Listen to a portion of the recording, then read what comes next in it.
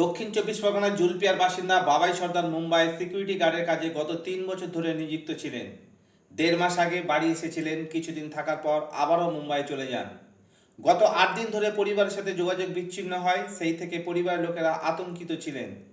গতকাল ওই পরিবার সোশ্যাল মিডিয়ার মাধ্যমে জানতে পারে মুম্বাই পুলিশ 106 জন বাঙালিকে আটক করেছে, তার মধ্যে বাবাই সর্দারও ছিল।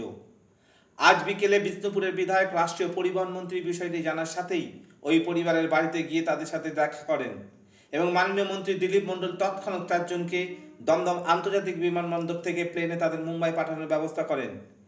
এ বিষয়ে মন্ত্রী দিলীপ মণ্ডল সাংবাদিকদের জানান, আমাদের বাংলায় সব জাতির বসবাস, বাংলা ভাষার মানুষদেরকে বঞ্চিত করছে ভারত সরকার। বিজেপি আগুন নিয়ে খেলছে, বিজেপি শাসিত রাজ্যে বাঙালিদের হেনস্থা করছে বলে তিনি ক্ষোভ প্রকাশ করেন। বিষ্ণুপুর থেকে শেখ সাবিরের রিপোর্ট, এসএস স্টার নিউজ।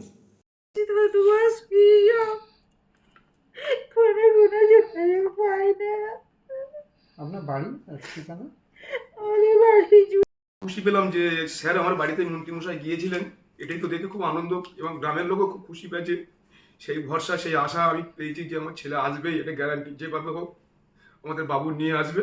বাবুর কোটি কোটি প্রণাম আমাদের মন্ত্রীমশাই। ললিত সর্দার 1966 সালে তার ভোটার লিস্টে তার নাম হয়েছে। 1935 সালে সম্ভবত তার জন্ম, তার দাদুর।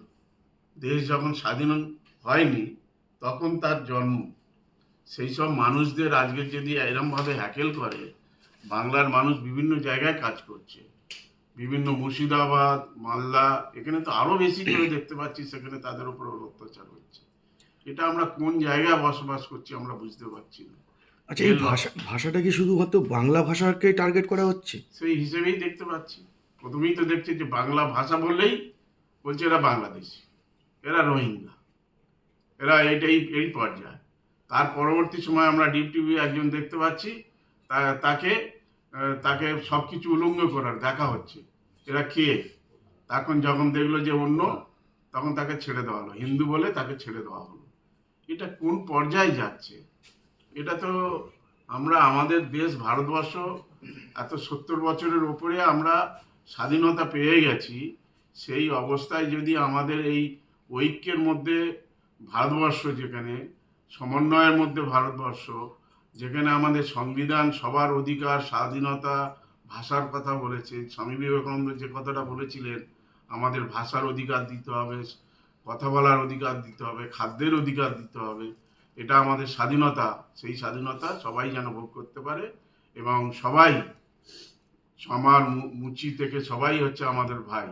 তাহলে সেই জায়গায় ভারতবর্ষটাকে আমাদের প্রধানমন্ত্রী যিনি রয়েছেন, তিনি আজকে নরেন্দ্র মোদীজি, তিনি আজকে কেন চুপ করে আছেন? কেন তিনি বলতে পারছেন না যে এভাবে চলবে না? এটা ঐক্যবদ্ধ ভারতবর্ষ, এখানে আমাদের সংবিধান আমাদেরকে মানতে হবে।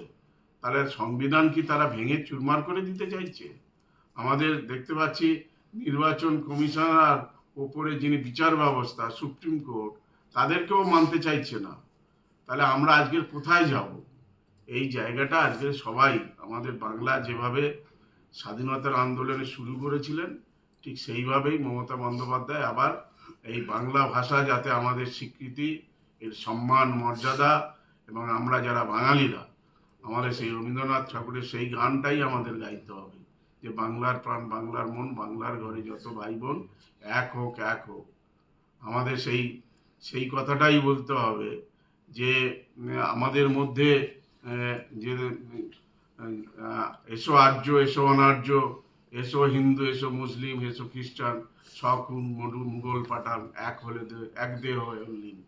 এই জায়গাটাই আনতে হবে। এরা আমাদের বাংলার সেই কথাগুলো ওরা ভুলে যাচ্ছে।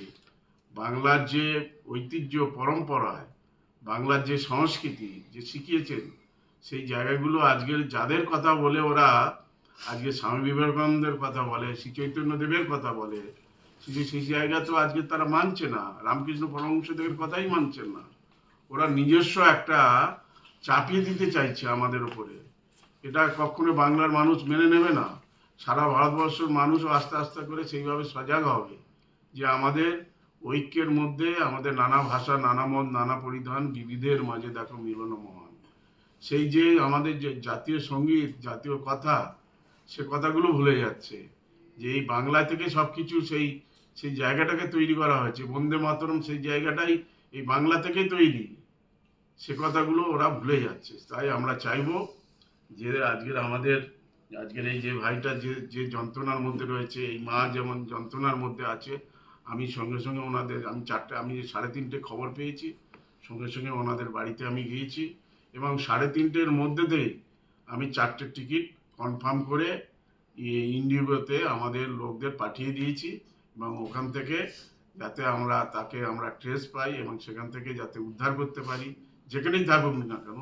আমার ওপরে মাননীয় সাংসদ অভিষেক বন্দ্যোপাধ্যায় আছে, আমাদের মাননীয় মুখ্যমন্ত্রী মমতা বন্দ্যোপাধ্যায় আছে। সেদিন উনি ওখানে তখন বলছিলেন যে ওনার ছেলে বিজেপি করে, RSS করে, কিন্তু আজকের আমরা মনে করি যে আমরা জনপ্রতিনিধি, আমাদের দায়িত্ব যে যাই করুক না কেন, আমরা বাঙালি, আমাদের বাংলা ভাষার আমাদের একজন, তাকে আমাদেরকে আনতে হবে, এটাই হচ্ছে আমাদের ডিউটি, এটাই আমাদেরকে কর্তব্য, সেই কর্তব্য আমরা পালন করছি।